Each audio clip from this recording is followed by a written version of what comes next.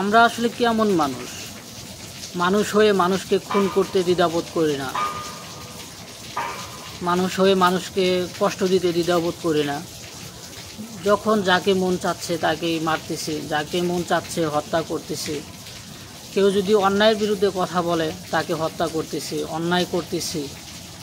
আসলে আমরা মানুষ হতে পারলাম না, আমরা মানুষ নামের জানোয়ার, মানুষ হতে পারলাম না। যদি মানুষ হতাম তাহলে মানুষকে কষ্ট দিতাম না, মানুষকে হত্যা করতাম না এবং ভুল পথে যেতাম না। আসলে আমরা মানুষ হতে পারলাম না।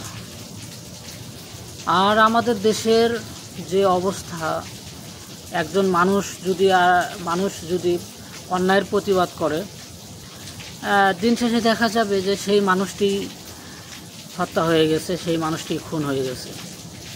আসলে কেন এসব হত্যা হচ্ছে, কেন এসব গুম হচ্ছে, খুন হচ্ছে? কারণ একটাই, আমাদের দেশের আইন খুবই নরমাল। যদি আমাদের আইন ব্যবস্থা কঠোর হইতো, হত্যা করলে ফাঁসি হবে, সাথে সাথে ফাঁসি দিত, ধর্ষণ করলে সাথে সাথে ফাঁসি দিবে, তাহলে হত্যা হইতো না, ধর্ষণ হইতো না,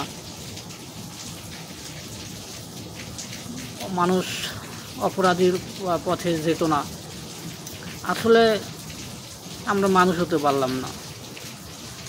আমাদের বিচার বিভাগ যদি কঠোর হইতো, আমাদের বিচার বিভাগ যদি শক্তিশালী হইতো, তাহলে দেশের অরাজকতা সৃষ্টি হইতো না। আমরা মানুষ হয়ে মানুষকে হত্যা করতাম না, মানুষ হয়ে জোর করে কাউকে ধর্ষণ করতাম না। আসলে আমরা মানুষ হতে পারলাম না। আমি চাইব আমাদের বিচার বিভাগ আরও কঠোর হোক, অনেক শক্তিশালী হোক। আর আপনারা যারা আছেন, আমরা যারা আছি, আমাদেরকেও সোচ্চার হতে হবে। যদি আমরা সোচ্চার না হই, তাহলে আজকে এক ভাই মারা গেছে, কালকে আপনি মারা যাবেন, পরশুদিন আমি মারা যাব। মারা তো সবাই যাব, কিন্তু খুন হয়ে যাব। তো ধন্যবাদ সবাইকে। আসসালামু আলাইকুম। সবাই সবার জায়গা থেকে সুস্থ থাকবেন, ভালো থাকবেন।